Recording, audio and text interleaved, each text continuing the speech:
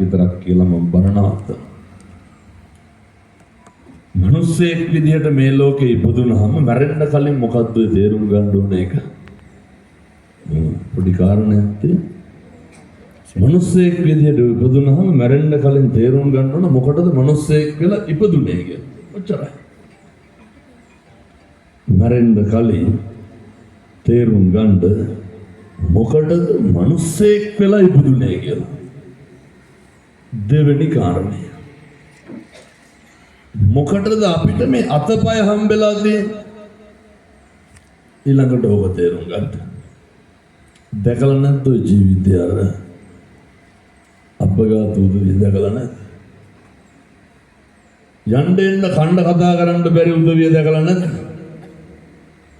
ඕන තරම් දැකලා ඇති. එහෙම දැකලා අපි තීරණය කරන්න ඕනේ මේ මොකටද මේ අපේ මේවා වැඩ කරන්නේ? මේ අතපය කකුල් හැම එකක්ම වැඩ කරන්නේ පින්නතුනේ සසර මඟ කෙටි කරගන්න පාරමිතා පුරන්න විතරයි. එහෙම නැත්නම් සංසාරේ දික් කරගන්න මේ කිසි දෙයක් වැඩ කරන්නේ නැහැ. අදිෂ්ඨාන කරගන්න මේ සෑම ඉන්ද්‍රියක් පිනවන්න අනුන් වෙනුවෙන් නෙමෙයි අපි වෙනුවෙන්. ඒ අතර වැදගත්. මිනිස්සු වැඩිපුරම පව් කරගන්නේ අපි හින්දාද අනුන් හින්දාද? දැන් ඔය උදාහරණයක් විදිහට පින්නතුනේ දැන් මේ වෙනකොට ඔය ඇත්තෝ කී දෙනෙකුට විතර කුණුහරුපෙන් බැලලා දෙනවා. කුණුහරුපයක් කිව්වනම් කිව්වෝ ජීවිතේ කවුරු වෙනුවෙන්ද? අපි අපිට කුණුහරුපෙන් බැල ගන්නවද? කාටද බණින්නේ? පව් පිරෙන්නේ කාටද? අනුන්ට පව් පිරෙනවද? පව් පිරෙන්නේ අපිට. මොකටද පින්නතුනේ අනුන්ට කුණුහරුපෙන් බැලලා අපි පව් පුරවගන්නේ? පැහැදිලි නැද්ද මං කියන්නේ? ඔය කටින් කවදා හරි තෝ කියලා කිව්වනම් කිව්වේ කාටද? මොකටද අනුන්ට බයි? නොබැන ඉන්නකො. මිනිස්සු වෛර කරන්නේ කාටද? අපි අපිට වෛර කරගන්නවද කවදා? පව් පිරෙන්නේ කාටද? වෙනතුනේ අනුන්ට වෛර කරනවා අපිට පව් පිරෙනවා. මිනිස්සු ඊර්ෂ්‍යා කරන්නේ කාටද? අපි අපිට ඊර්ෂ්‍යා කරනවද? මොකටද එහෙනම් අනුන්ට ඊර්ෂ්‍යා කරලා අපි පව් පුරවගන්නේ? දැන් කියමු බලන්න අපි වෙනුවෙන් කරගන්න දෙයක්. මිනිස්සු දෙස් දෙවල් තියන්නේ කාටද? මොනවාද අපිට කියලා කරගන්න? මිනිස්සු අපහාස කරන්නේ කාටද? පව් පිරෙන්නේ කාටද? ඔය මේකත් අහන්න. මිනිස්සු සැක කරන්නේ කාටද? ජීවිතේට අපි අපිව සැක කරලා තියෙනවද? කාවද සැක කරන්නේ? ගොලප්පු වෙන්නේ කවුද ඒ උනාට? ඒ මොකටද අනුන් සැක කරලා අපි ගොලප්පු වෙන්නේ? දැන් ඔය මොකෙක් හරි බුදියාගෙන ඉන්න පොඩි එකෙක් කෑ ගහන්න ඕන නැගිටලා.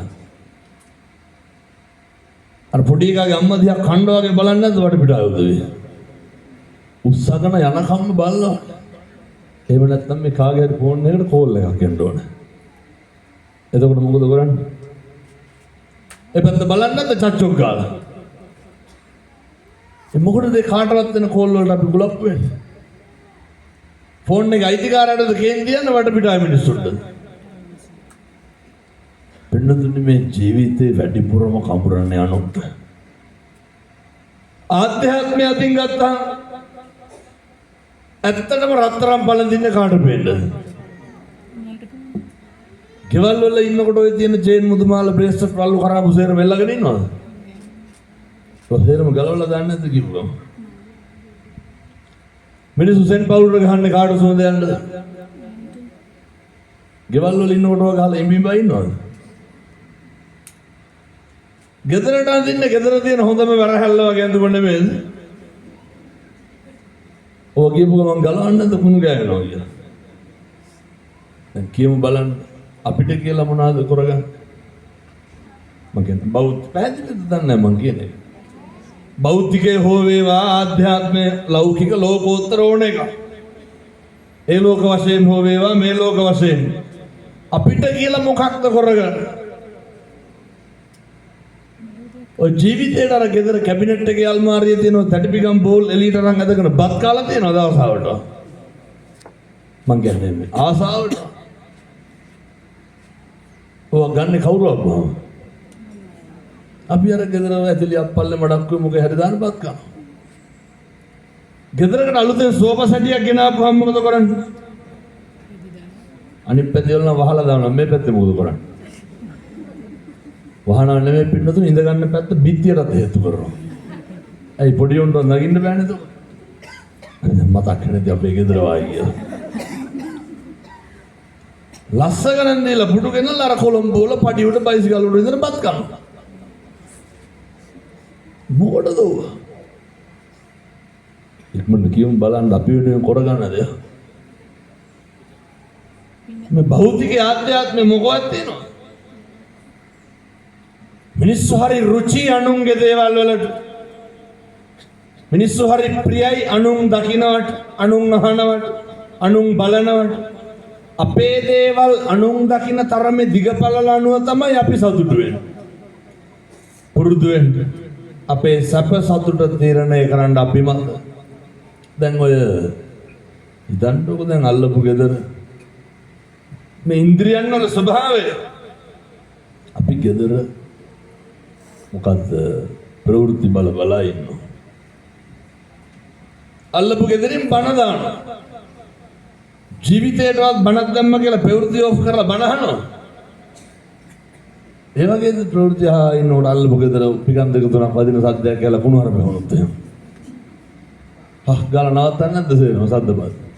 නවත්තන පාඩුවේ අර ගහගෙන ඉන්නවා. මේවා රුචි මොකේද? මිනිස්සු හරි කැමති අනුන්ගේ දේවල් අහන්න. මිනිස්සු හරි කැමති අනුන්ගේ දේවල් හොයන්න. මේක ඔයත්තන්ට ඕන නම් මට අදම ඔප්පු කරලා පෙන්වන්න පුළුවන්. දැන් යන ගමන් කාට හරි කියන්න අහවලාගේ පොඩි දෙයක් කියන්න තියෙනවා නිවාඩුව කෝල් එකක් ගන්න කියලා කියන්නකො. වෙනද අර මනුස්සයාට අර අහනකන් නිින්ද යන්නේ නැහැ නේද? මිනිස්සු හරි රුචි මොකේද? අනුන්ගේ කුණු හොයන්න. අනුන්ගේ ඕපදූප කතා කරන්න. ජීවිතේ හෙට ඉඳන් නවත්තන්න පුරුදු වෙන්න. අනුන් ගැන හොයන එක බලන එක නවත්තන්න. අපේ කෙරෙන්න තියෙන යුතුයකම විතරක් කරන්න. එච්චරයි. බුදුරු උගන්වන්න.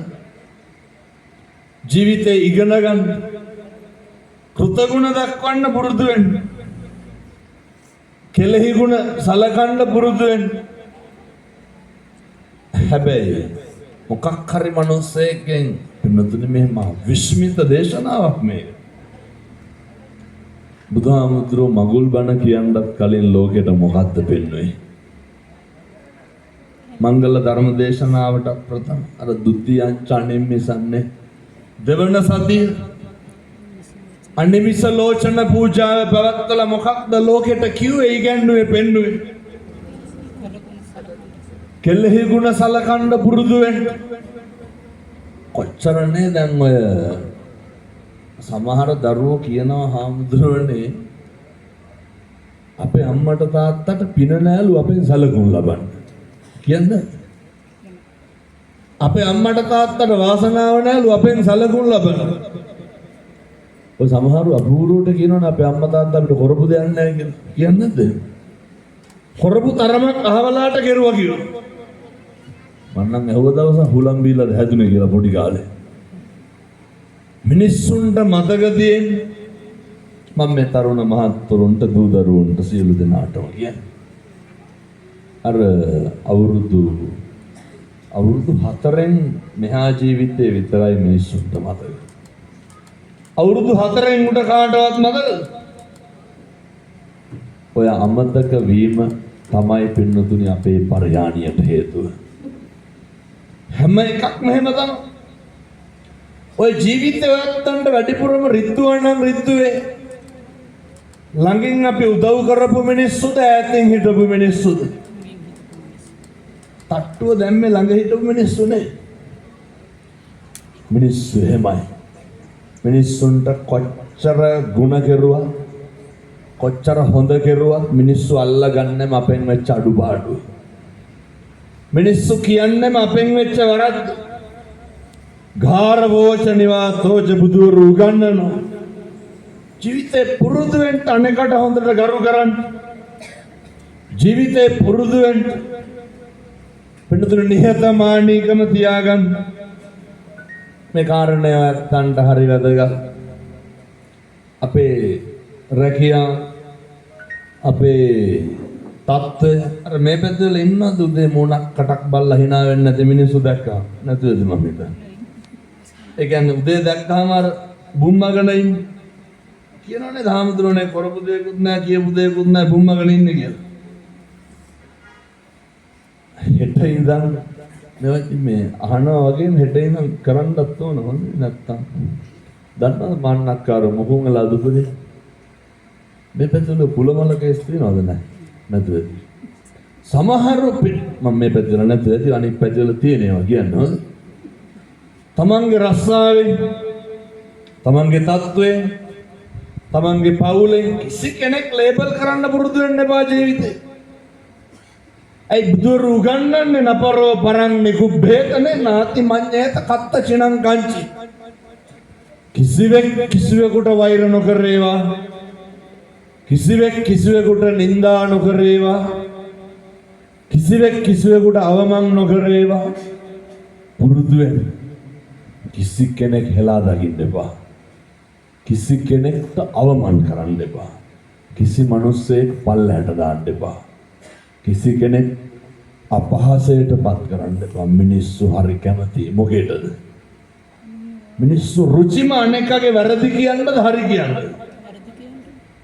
ඒක බොහොම පැහැදිලි වෙනවා ඔය ඇත්තොන්ට ඇත්තටම කේන්ති යන්නේ අනේක කරන වැරදි වලටද අපි කරන වැරදි වලටද කියමු බලන්න ජීවිතේටවත් අපි කරපු වැරද්දකට අපිට කේන්ති තියෙනවා උදාහරණයක් විදිහට අපි අතින් බොහොම පොඩි දෙයක් අපි හිතමු ගෙදර පිගානක් බින්දුනා කියලා.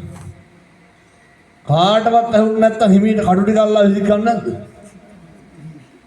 අපි ශාලේ ඉන්නකොට ගෙදර කාගේ හරි අතින් බින්දුනා නම් කුස්සියේ. අර උලෝව ජනෙල් ගලවන ෂේප් එකකින් නෙමෙයි අපි කෑ ගහන්නේ.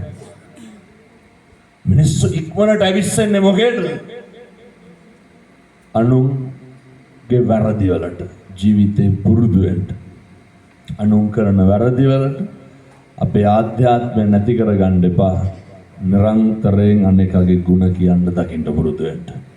නිරන්තරයෙන් අනේකගේ හොඳ විතරක් කියන්න බැරිද ජීවිතේ? ගෙවල් වල කියනවද අනේකගේ හොඳ නැහැ? මිනිස්සු හරියට පද හදනවා, ගතු කියනවා, කේලම් කියනවා. මේ පැත්තේ එහෙම ඉන්නවද නැහැ? මිනිස්සු කිලි තියෙන තරම් එක මතක් වෙන්නේ දිහාවලා ආවයි කියලා. මිනිස්සු ගම්මාන පිටින් ගිනි තියන්නේ. ජීවිතේ පුරුදු වෙන්න අනුන් ගැන හොයන එක නවත්තන්න. ඔය සමහරව ඉන්නවා පින්නතුනේ 119 ගහන එක කරන්නේ රස්සාව විදියට. මොකට මුදිතාව කියන එක ජීවිතේ තියෙන්න ඕනේ. අනේකට හරියනවා අනේක උසස් යනවා. එයා බලලා සතුටු වෙන්න. අනේකගේ දරුවා හරි කමන්නේ ජය ගන්නකොට සතුටු වෙන්න ආශිර්වාද කරනවා. සබ්බ පාපස්සා කරනවා. සියලු පව් නොකර ඉන්න. කුසලස්ස උපසම්පදා කුසල් විතරක් වර්ධනය කරන්න. ඒ සඳහා අවශ්‍ය ශක්තිය ධෛර්යය මේ පින්වත් අම්මලාට තාත්තලාට දලදා හාමුදුරුවන්ගේ පිහිටින් ලැබේවා සාදු සාදු කියලා ප්‍රාර්ථනා කරන්න. කාලෙකින් හම්බෙච්ච මනුෂ්‍ය ආත්ම භාවය ඉදම් මේ පුඤ්ඤ කම්මං ආසවක්ඛ්‍යා වහං හෝතු සබ්බ දුක්ඛා පමුච්ඡතු කරන කියන හැම පින්කමක්ම නිවන් පිණිස හේතු වාසනා වේවා සාදු කියලා පින් අනුමෝදන් වෙමු. කෙටි වේලාවකදී වත් ඔබට හරවත් අනුශාසනාවකට සවන් දෙන්නට අවස්ථාව ලැබුණා. නොබෝ දිනකින් අපි ඊටමත් ඉක්මනින් ධර්ම දේශනාවක් සිදු කරන්නට බලාපොරොත්තු වෙනවා. මේ මොහොතේදී හාමුදුරන්ට පිටත් වෙන්නට තිබෙන නිසා පරිස්කාර පූජාව සිදු කරන්නටයි මා මේ මොහොතේදී ආරාධනාව සිදු කරන්නේ. ගෞරවනීය ස්වාමීන් වහන්සේට පරිස්කාර පූජාව සිදු කරනු ලබන්නේ ඉන්ද්‍රාණි ශ්‍රයානි හෝටලේ මේ මහත්මිය ඒ වගේ මේ මහත්මා විසින් මේ මොහොතේදී ඒ දෙපළ ඊ타මත්ම ඉක්මනින් හාමුදුරන් වහන්සේ වඩිනවා කියන ආරංචිය හමු වෙච්ච ගමන් මට ඇවිල්ලා කිව්වේ හාමුදුරනේ අපේ අතින් පිරිකර පූජා කරන්න අවස්ථාව හදලා දෙන්න කියලා. ඉතින් මම ඒ අවස්ථාව ඊ타මත්ම ඉක්මනින් හදලා දෙන්නට යෙදුණා.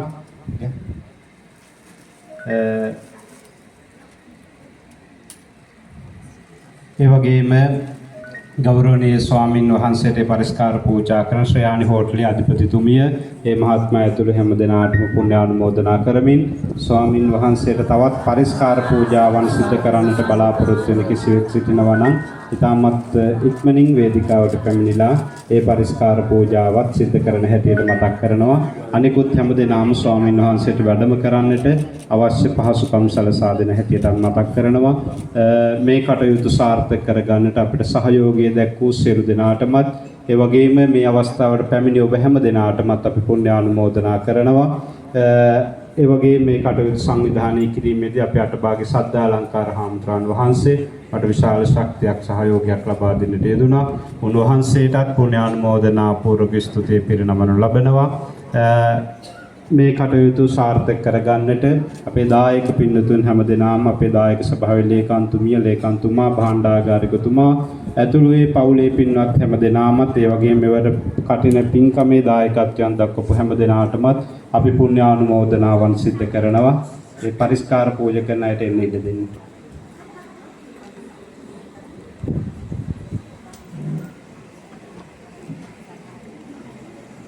එළියෙන් අයට ඔහොම තියාගෙන යනකොට පූජා කරන්න. ඔව්. තියාගෙන නැත්නම් එන්න ගියත් ලොකු වෙලාවක් ගත වෙන නිසා දෙපැත්තෙන් පිරිකර තියන අය තියාගන්න ඔහොම යනකොටම හාමුදුරන්ට පූජා කරන්න. හොඳයි සියලු දෙනාටම